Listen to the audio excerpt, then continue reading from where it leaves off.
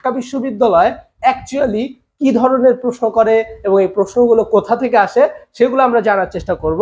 So আজকের এই ভিডিওটা তুমি যদি একদম প্রথম থেকে শেষ পর্যন্ত দেখো তাহলে তুমি ঢাকা বিশ্ববিদ্যালয়ের মানবন্টন সম্পর্কে একটা পূর্ণাঙ্গ ধারণা পেয়ে যাবে। তো বিশেষ করে তোমরা যারা মানবিক বিভাগে পরীক্ষা দিবে, অর্থাৎ ঢাকা বিশ্ববিদ্যালয়ের খ ইউনিটে পরীক্ষা দিবে, এবং ঢাকা বিশ্ববিদ্যালয়ের খ ইউনিট হচ্ছে এমন একটা বিভাগ যে বিভাগে পূর্বের সার্কুলার অনুযায়ী আমরা দেখতে পাচ্ছি যে এই বিভাগে সবাই পরীক্ষা দিতে পারে। অর্থাৎ তুমি যদি সায়েন্সের শিক্ষার্থী হও তুমিও পরীক্ষা দিতে পারবে, তুমি যদি মানবিকের শিক্ষার্থী হও এটা তো তোমার বিভাগ, তুমি তো পরীক্ষা দিতেই পারবে, এবং তুমি যদি কমার্সের শিক্ষার্থী হও তুমিও এই বিভাগে পরীক্ষা দিতে পারবে। তাহলে চলো আমরা আজকের এই ভিডিও করব, সেটা হচ্ছে এই যে ঢাকা বিশ্ববিদ্যালয়ে বাংলাতে আসলে কতটুকু নম্বর থাকে এবং বাংলাতে আসলে কিভাবে পরীক্ষা দিলে তুমি ভালো নম্বর পাবে। খেয়াল করো, ঢাকা বিশ্ববিদ্যালয়ের বাংলাতে তোমার এমসিকিউতে থাকবে 15 নম্বর এবং রিটেনে থাকবে তোমার 20 নম্বর। তাহলে আমরা বুঝতে পারছি যদি এমসিকিউ এবং রিটেন দুইটা যদি একত্র করা হয় তাহলে আমরা টোটাল নাম্বার পাচ্ছি যে বাংলার জন্য আমাদের 35 নম্বর থাকছে রিটেন সহ। এখানে বাংলা থেকে তোমার গদ্য পদ্য যেগুলো রয়েছে, অর্থাৎ বাংলা প্রথম পত্র থেকে তোমার পরীক্ষায় প্রশ্ন করা হয়। তো প্রথম পত্র বলতে তুমি এইচএসসি লেভেলে যে বইটা পড়ছো, অর্থাৎ প্রথম পত্র যে বইটা পড়েছো, যেখানে তুমি অলরেডি কিছু গদ্য দেখেছো, পদ্য দেখেছো, উপন্যাস দেখেছো, তো সেখান থেকে তোমার পরীক্ষায় প্রশ্ন করা হয়। এবং তোমার বাংলা দ্বিতীয় পত্রের যে ব্যাকরণ আছে সে ব্যাকরণ থেকে প্রশ্ন করা হয়। তো ব্যাকরণ থেকে সব থেকে বেটার হচ্ছে ক্লাস 9-10 একটা বই আছে, ক্লাস 9-10 একটা ব্যাকরণ বই আছে, সেই 9-10 বইটা তুমি পড়তে পারো। এখান থেকেই ঢাকা বিশ্ববিদ্যালয়ের ব্যাকরণ অংশে ভালো পরিমাণ প্রশ্ন করে থাকে। এছাড়াও ঢাকা বিশ্ববিদ্যালয়ের তোমার বিচরণ অংশ, যেটাকে বলা হয় বিচরণ অংশ, সেটা বলতে বোঝানো হচ্ছে যে দেখো তোমার মেমোরাইজিং যে সাইট, অর্থাৎ যেগুলো মুখস্থ, যেমন বাগধারা, সমার্থক শব্দ, বিপরীত শব্দ, এই সকল শব্দগুলোর ক্ষেত্রে তোমাকে অবশ্যই কি করতে হবে, ভালো করে প্রস্তুতি গ্রহণ করতে হবে। এবং এগুলো তুমি যাতে একটু ভালো করে পড়তে পারো এই জন্য তোমাকে কি করতে হবে, প্রতিনিয়ত 2-1টা করে শব্দ মুখস্থ করতে হবে, ঠিক আছে? তাহলে তুমি অনেক ভালো করতে পারবে। যেমন এক কথায় প্রকাশ আছে, শব্দার্থ আছে, সমার্থক শব্দ, বিপরীত শব্দ, ট্রান্সলেশন, ঠিক আছে? তো এগুলো তোমাকে কি করতে হবে ভাইয়া, পড়তে হবে। এরপর খেয়াল করো, আমরা যদি একটু তোমাদেরকে বোঝাতে চাই যে রিটেন অংশে তারা কিভাবে প্রশ্ন করে। তো তারা রিটেন অংশে প্রথমে তোমাকে একটা সৃজনশীল দিবে। আসলে আমরা এমনিতে পরীক্ষা দিলে সৃজনশীলের একটা উদ্দীপক থাকে, বাট ঢাকা বিশ্ববিদ্যালয়ে যে তোমাকে প্রশ্নটা দিবে সেখানে কোনো উদ্দীপক থাকবে না, বাট তোমার প্রশ্ন দেওয়া থাকবে, যে প্রশ্ন থেকে তোমাকে কি করতে হবে, উত্তর লিখতে হবে, ঠিক আছে?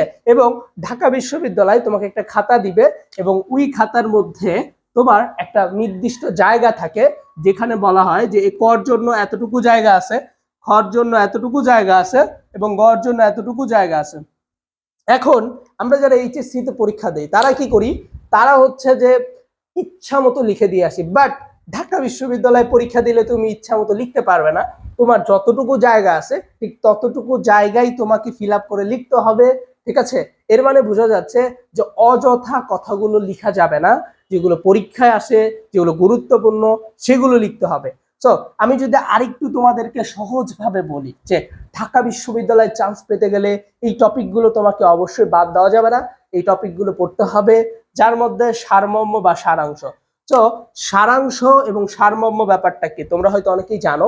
সারাংশ হচ্ছে যে একটা গদ্য, এই গদ্যের যে সংক্ষিপ্ত রূপ, ঠিক আছে?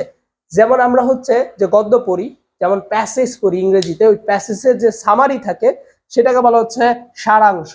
এবং আমরা যখন একটা কবিতা পড়ি ওই কবিতার ওইটাকে বলা হচ্ছে থিম, পয়েমের যে সংক্ষিপ্ত ব্যাপার সেটাকে বলা হচ্ছে থিম, ওই থিমটাকে বাংলাতে বলা হচ্ছে সারমর্ম। সো এই ব্যাপারটাও তোমাকে ক্লিয়ার রাখতে হবে। এবং বিশেষ করে যে সারমর্ম সারাংশগুলো তোমার কাছে গুরুত্বপূর্ণ মনে হচ্ছে সেগুলো তুমি ভালো করে পড়বে, ঠিক আছে? এবং ভাব সম্প্রসারণ পড়বে, ভাব সম্প্রসারণের জন্য তারা একটা নির্দিষ্ট জায়গা দিয়ে দিবে, ওখানেই তোমার লিখতে হবে।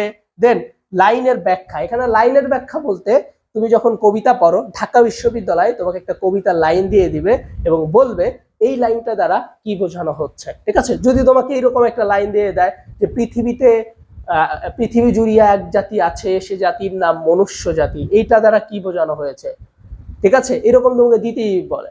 আবার দিতে পারে বলো বীর বলো উন্নত মম শির, শিরনে হারি আমারই নত শির। এইটা দ্বারা আসলে কি বোঝানো হয়েছে? সো এরকম তোমাকে কি দিতেই পারে, সবার সুখে হাসবো আমি, কাঁদবো সবার দুঃখে। তো এই লাইনটা দ্বারা কি বোঝানো হতে পারে? সো এইরকম তোমাকে একটা লাইন দিয়ে দেওয়া হবে কবিতার, দেন তোমাকে বলবে যে এই উক্তিটার ব্যাখ্যা করো, ঠিক আছে? এবং ব্যাখ্যার জন্য নির্দিষ্ট পয়েন্ট থাকবে, ওই বক্সের মধ্যেই তোমাকে ব্যাখ্যাটা দিতে হবে।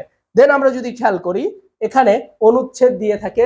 অনুচ্ছেদ হচ্ছে প্যারাগ্রাফের বাংলা, অর্থাৎ আমরা যে প্যারাগ্রাফ শিখি সেই প্যারাগ্রাফের বাংলাকে বলা হচ্ছে অনুচ্ছেদ। অনুচ্ছেদে কখনোই কোনো প্যারা হয় না, অনুচ্ছেদে সবসময় তোমার একত্র করে লিখতে হয়, ঠিক আছে? অনুচ্ছেদের ক্ষেত্রে যে অনুচ্ছেদগুলো তুমি অলরেডি পড়ে ফেলেছো, যেমন শীতের সকাল অনুচ্ছেদ পড়েছো, বর্ষাকাল পড়েছো, ষড়ঋতু পড়েছো, সো এই ধরনের যে অনুচ্ছেদগুলো তুমি অলরেডি পড়ে ফেলেছো, সো ওই অনুচ্ছেদগুলো আবার একটু ভালো করে রিকল করবে, যাতে করে তোমার পরীক্ষা আসলে লিখতে পারো। এবং অবশ্যই এটার জন্য একটা পয়েন্টে বক্স দেওয়া থাকবে, বক্সের মধ্যেই লিখতে হবে। দেন অপপ্রয়োগ এবং শুদ্ধ প্রয়োগ। অপপ্রয়োগ শুদ্ধ প্রয়োগটাও তোমার দিয়ে দেওয়া হয়, যে কিছু কিছু বানান হচ্ছে তোমার এখানে অপপ্রয়োগ এবং শুদ্ধ প্রয়োগের ব্যাপারটা হচ্ছে, যেমন বাংলায় বিভিন্নভাবে ভুল হয়, যার মধ্যে একটা হচ্ছে পদগত ভুল হয়, হ্যাঁ, অব্যয়গত ভুল হয়, ঠিক আছে, ভাষাগত ভুল হয়, ঠিক আছে। যেমন এক জায়গায় চলিত রূপ দেওয়া আছে যেখানে সাধু রূপ বসাতে হয়, অথবা এক জায়গায় সাধু রূপ দেওয়া আছে সেখানে চলিত রূপ বসাতে হয়।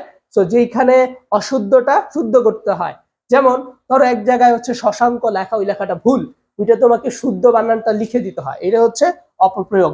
দেন বিশেষ্য বিশেষণ সর্বনাম অব্যয় ক্রিয়া, এইটা মানে হচ্ছে ব্যাকরণিক শব্দ শ্রেণী। তুমি যদি ব্যাকরণিক শব্দ শ্রেণী পড়ে থাকো তাহলে এই জিনিসটা বুঝতে পারবে। তো ব্যাকরণিক শব্দ শ্রেণী হচ্ছে ইংরেজিতে যাকে বলা হচ্ছে পার্টস অফ স্পিচ।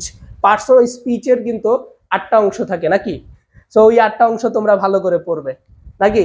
যদি 8টা অংশ থাকে জানিয়ে দাও কমেন্টে, ঠিক আছে? দেন দেন সাধু চলিত অলরেডি বলে দিয়েছি। দেন যুক্তবর্ণ ভাঙানো সমাস, এগুলো থেকে তোমার পরীক্ষায় প্রশ্ন আসে। সো অবশ্যই আমি যদি ঢাকা বিশ্ববিদ্যালয়ের জন্য প্রস্তুতি নিতে চাই, বাংলার জন্য যদি ভালো করতে চাই, আমাকে অবশ্যই অবশ্যই এই টপিকগুলো পড়তে হবে রিটেনের জন্য। যদি আমি না পড়ি, আমি আশা করছি যে ঢাকা বিশ্ববিদ্যালয় নামক এই স্বপ্নের সিঁড়িতে আমি আর কখনো বসতে পারবো না, পৌঁছাতে পারবো না। তাই আমাকে অবশ্যই এই কয়েকটা বিষয় প্রথমেই পড়ে নিতে হবে। সো আবেগ না করে তোমাকে অবশ্যই কি করতে হবে? পড়াশোনা করতে হবে।